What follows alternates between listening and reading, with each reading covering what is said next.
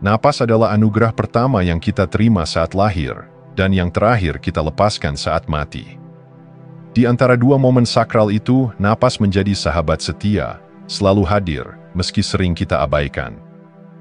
Namun di balik kesederhanaannya, tersembunyi sebuah gerbang menuju kedalaman kesadaran yang jarang dijelajahi. Lebih dari sekadar proses biologis, napas adalah jembatan yang menghubungkan tubuh fisik dengan jiwa tak kasat mata. Dalam bahasa Latin, kata spiritus berarti napas, tetapi juga berarti roh. Demikian pula dalam tradisi India, prana merujuk pada energi kehidupan yang mengalir melalui napas. Di Ibrani kuno, ruah adalah napas sekaligus jiwa. Semua tradisi ini menyiratkan satu hal. Napas bukan milik tubuh saja, tapi juga milik kesadaran yang lebih luas. Setiap tarikan napas adalah peluang untuk hadir. Dan setiap hembusan adalah pelepasan dari ketegangan, dari pikiran yang berputar, dari ilusi bahwa kita terpisah dari sesuatu yang lebih besar. Napas mempertemukan kita dengan momen ini, dan momen ini adalah satu-satunya tempat di mana hidup benar-benar terjadi. Di dalam keheningan tarikan dan hembusan napas, tersimpan potensi untuk transformasi. Saat kita mengamati napas tanpa mengubahnya, kita mengamati diri. Kita mulai mengenal siapa yang ada di balik pikiran dan peran sosial. Dan dari pengenalan itu, tumbuhlah keintiman dengan diri, dengan semesta, dengan sang sumber. Tak perlu mencari jawaban di luar, karena semua petunjuk telah dibisikkan melalui irama napas yang tenang. Tarik napas dan rasakan kehidupan memasuki tubuh. Hembuskan dan lepaskan apa yang tak perlu dibawa lagi. Di antara 2 detik itu, terbuka ruang hening yang tak ternilai, ruang kehadiran, ruang kesadaran, ruang pulang. Napas bukan hanya sesuatu yang terjadi, ia adalah sesuatu yang mengingatkan bahwa kita hidup, bahwa kita terhubung. Dan bahwa kesadaran sejati dimulai saat kita mulai memperhatikan hal yang paling sederhana, yaitu napas itu sendiri.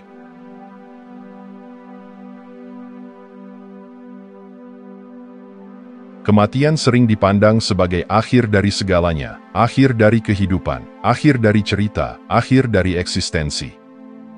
Namun jika kita mendengarkan bisikan tradisi-tradisi kuno, gambaran itu mulai retak. Di balik ketakutan akan kehilangan, terbentang sebuah pemahaman yang jauh lebih lembut. Kematian bukan akhir, melainkan peralihan. Dalam ajaran Buddhisme Tibet, kematian adalah pintu gerbang menuju kelahiran kembali. Jiwa tidak lenyap, ia hanya berpindah bentuk, menapaki jalan baru yang tak terlihat oleh mata fisik. Dalam proses yang disebut bardo, kesadaran melintasi dimensi-dimensi batin, membawa bersamanya getaran dari kehidupan yang telah dijalani. Setiap pilihan, niat, dan tindakan menjadi cahaya atau beban dalam perjalanan itu. Begitu pula dalam kepercayaan Mesir kuno, napas adalah ukuran dari nilai jiwa. Mereka percaya bahwa setelah kematian, napas kita ditimbang, bukan secara harfiah, tapi dalam arti seberapa sejati kita hidup. Seberapa ringan kita mencintai, seberapa jujur kita menjalani takdir kita. Kematian, dalam hal ini, adalah momen pengembalian. Napas dikembalikan kepada alam semesta dan jiwa kembali pada asalnya. Saat tubuh tak lagi bergerak, bukan berarti kehidupan berhenti. Justru di sanalah awal dari sesuatu yang lebih luas dimulai. Kita melepaskan bentuk fisik yang padat, terbatas, rapuh, untuk memasuki ruang tak berbentuk, tak terbatas, dan tak bisa dimiliki. Kematian bukan kehilangan, tapi pelepasan. Dan dalam pelepasan itulah, kebebasan sejati mungkin terjadi. Bagi jiwa yang sadar, kematian bukan tragedi, melainkan transformasi. Seperti ulat yang memasuki kepompong, ia mungkin tampak lenyap, tapi sebenarnya sedang berubah. Dan dari keheningan itu, lahirlah sesuatu yang baru, ringan, bebas, dan bersayap. Maka, mungkin kita tak perlu takut pada kematian. Mungkin yang perlu kita takutkan hanyalah hidup tanpa makna, hidup tanpa kesadaran. Karena ketika saat itu tiba, kita tidak sedang menghilang, kita sedang pulang.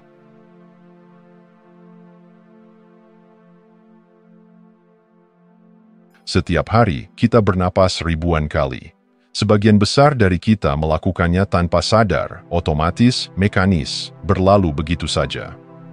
Namun di balik aktivitas sederhana ini tersembunyi pelajaran terdalam yang bisa diberikan kehidupan, bahwa setiap napas sejatinya adalah latihan kecil untuk mati. Saat kita menarik napas, kita menerima kehidupan, dan saat kita menghembuskannya, kita melepaskan. Begitulah siklusnya, menerima dan melepaskan, datang dan pergi, hidup dan mati. Dalam satu tarikan dan hembusan, kita mengalami miniatur dari seluruh perjalanan eksistensi. Tanpa kita sadari, kita sedang dilatih untuk melepaskan, sedikit demi sedikit, hingga pada akhirnya kita mampu melepaskan segalanya. Dengan menyadari napas, kita menjadi saksi atas peristiwa yang terus berlangsung di dalam diri. Kita mulai melihat bahwa ketenangan tidak datang dari mengendalikan, tapi dari mengamati. Dan bahwa kehadiran bukan hasil dari pencapaian, tapi dari keikhlasan untuk sepenuhnya hadir dalam satu tarikan napas ini, lalu satu lagi. Napas yang disadari membawa kita lebih dekat pada keheningan batin, sebuah tempat di mana tidak ada ambisi, tidak ada kegelisahan, hanya kesadaran akan keberadaan itu sendiri. Di tempat itu, kematian tidak lagi menjadi momok yang menakutkan, melainkan sesuatu yang akrab, bahkan indah. Karena kita telah mempersiapkan diri untuknya setiap hari, tanpa perlu berkata apa-apa. Siklus tarik dan hembus menjadi pengingat bahwa segala sesuatu dalam hidup adalah sementara. Rasa bahagia datang dan pergi, rasa sakit datang dan pergi, orang-orang datang dan pergi, dan pada akhirnya, kita pun akan datang dan pergi. Namun, jika kita mampu hadir dalam satu napas, kita telah merangkul keabadian dalam kefanaan. Inilah kekuatan napas. Ia tidak hanya menghidupkan tubuh, tapi juga membimbing jiwa. Ia mengajarkan kita cara mati, bukan dengan ketakutan, tapi dengan kelembutan. Dan dari situ, kita belajar cara hidup, dengan kesadaran, dengan kehadiran, dengan hati yang siap untuk menerima dan melepaskan, lagi dan lagi.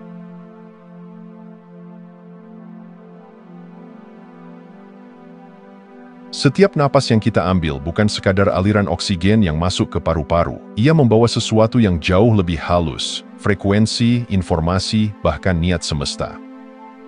Dalam napas, terdapat energi yang dapat mengubah pikiran yang kacau menjadi tenang, tubuh yang tegang menjadi lembut, hati yang tertutup menjadi terbuka.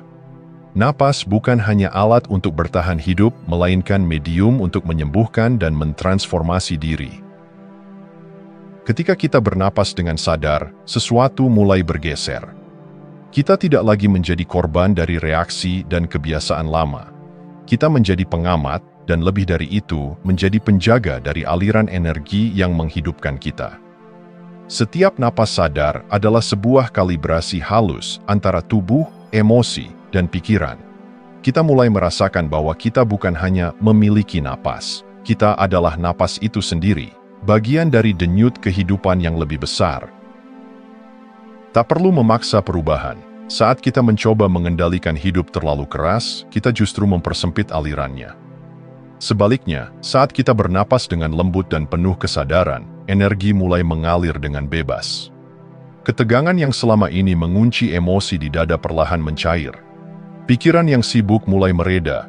Hati pun perlahan terbuka untuk menerima kehidupan sebagaimana adanya, tanpa syarat, tanpa ketakutan.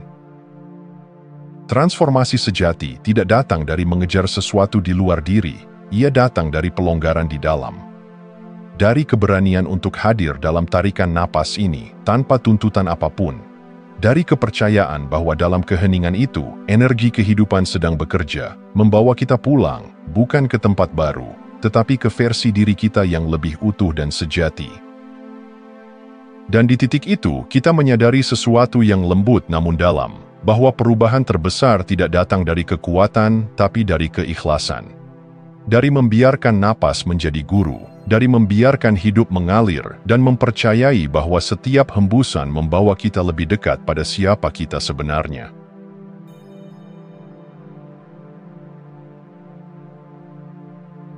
Ketika napas terakhir dihembuskan, tubuh tak hanya berhenti bergerak, ia menyerahkan dirinya kembali kepada 4 elemen yang membentuknya.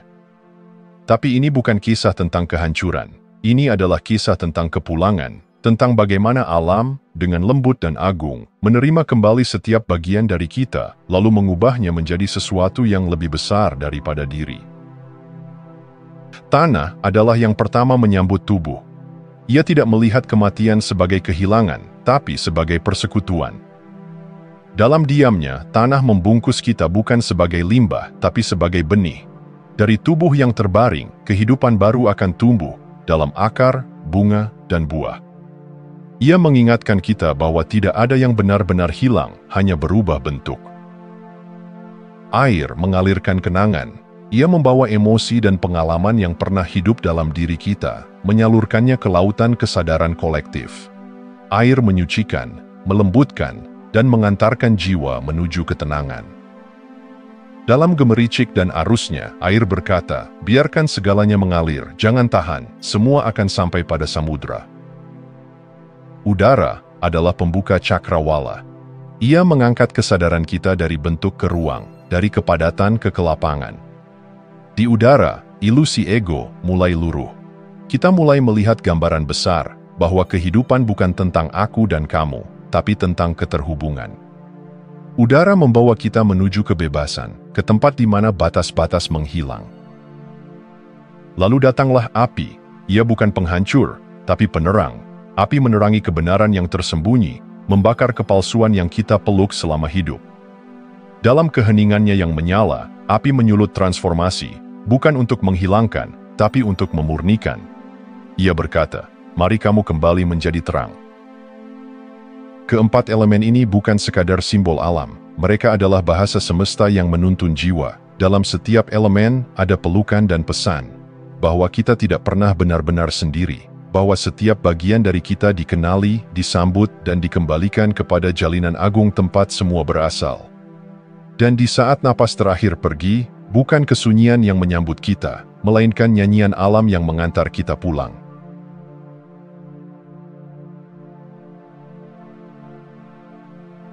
Napas adalah cermin. Ia memantulkan siapa kita, bukan dari apa yang kita pikirkan, tapi dari seberapa dalam kita terhubung dengan diri sejati.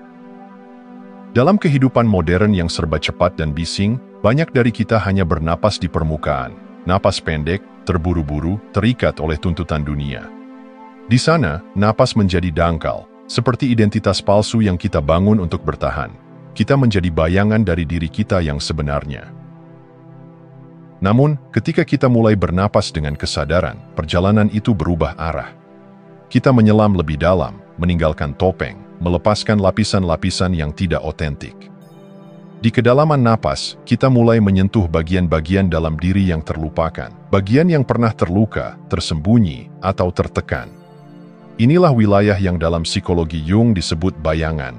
Sisi gelap yang tak ingin kita lihat, tapi justru memegang kunci kebebasan kita.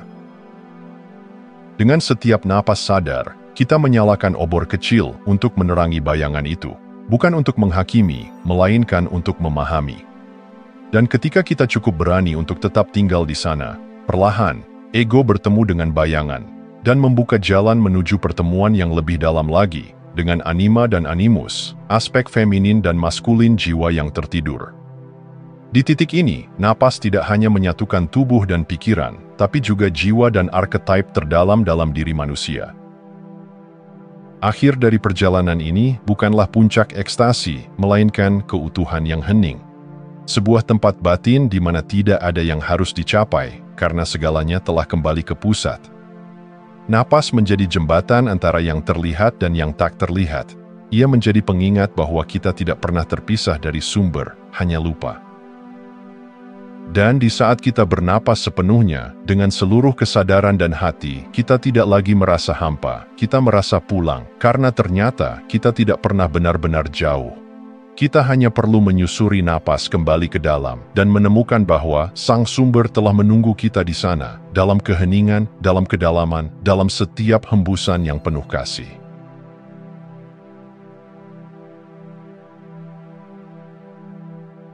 Di pegunungan Sierra Nevada, Kolombia, hidup sebuah suku kuno bernama Kogi, penjaga bumi yang diam namun bijaksana. Bagi mereka, dunia ini bukan sekadar tempat tinggal, ia adalah makhluk hidup yang mereka sebut Aluna, Ibu Agung, sumber dari segala ciptaan. Dan dalam pandangan mereka, napas bukan milik kita, ia adalah pinjaman sakral dari Ibu Semesta. Ketika seorang bayi lahir, napas pertama bukan hanya tanda kehidupan, ia adalah pemberian, sebuah bisikan lembut dari Aluna. Kau diizinkan hadir di dunia ini, jaga napasmu baik-baik. Maka setiap tarikan napas yang kita ambil bukan hanya untuk bertahan hidup, melainkan bentuk partisipasi dalam tarian kosmik, di mana kita bukan pusatnya, tapi bagian dari harmoni yang lebih besar. Suku Kogi percaya bahwa saat kita mati, kita tidak benar-benar pergi.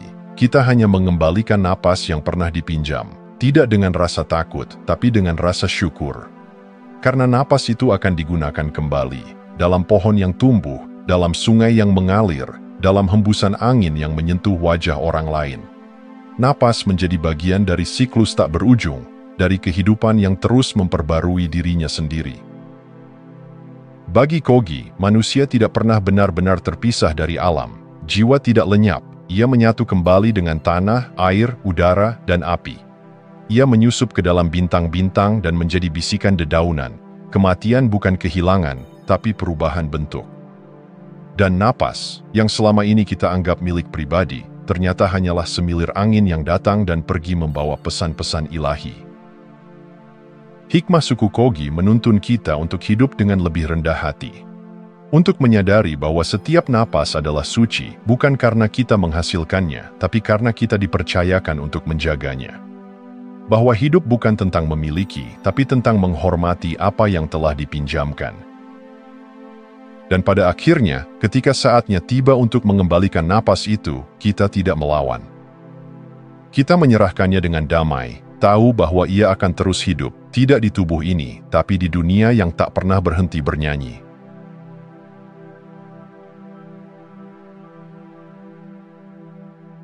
Bayangkan jika setiap napas yang kita ambil bukan sekadar refleks biologis, tapi sebuah doa, sebuah persembahan diam yang kita kirimkan ke alam semesta. Dalam keheningan itu, tarikan napas menjadi ucapan "aku menerima", dan hembusan napas menjadi "aku menyerahkan". Napas, yang selama ini kita anggap biasa, ternyata adalah cara semesta mengingatkan kita dari mana kita datang dan kemana kita akan kembali. Saat napas melambat, sesuatu dalam diri juga melunak, ketegangan mereda, pikiran yang berisik mulai sunyi. Ego, yang biasanya mendominasi ruang batin dengan segala identitas dan ambisinya, perlahan larut. Dan yang tersisa bukan kekosongan, tapi kesadaran murni. Sebuah kehadiran yang tidak memerlukan nama, status, atau tujuan. Hanya ada.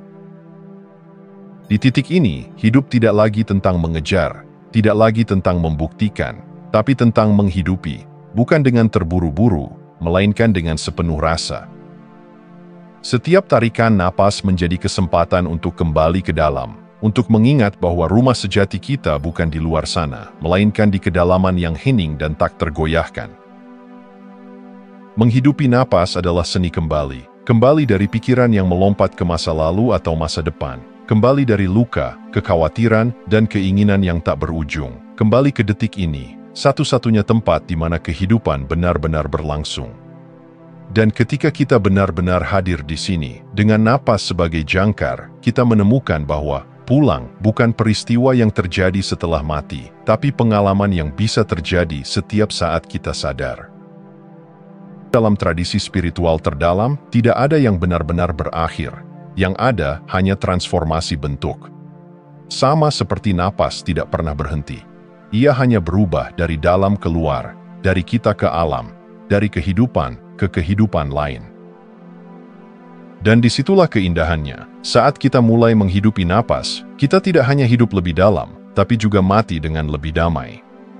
Karena kita tahu, di balik hembusan terakhir pun, ada pelukan hangat dari semesta yang berkata, "Selamat datang kembali, kau tidak pernah benar-benar pergi." Terima kasih sudah menonton. Jangan lupa like, komen, dan subscribe untuk dukung channel ini terus berkembang. Sampai jumpa di video selanjutnya.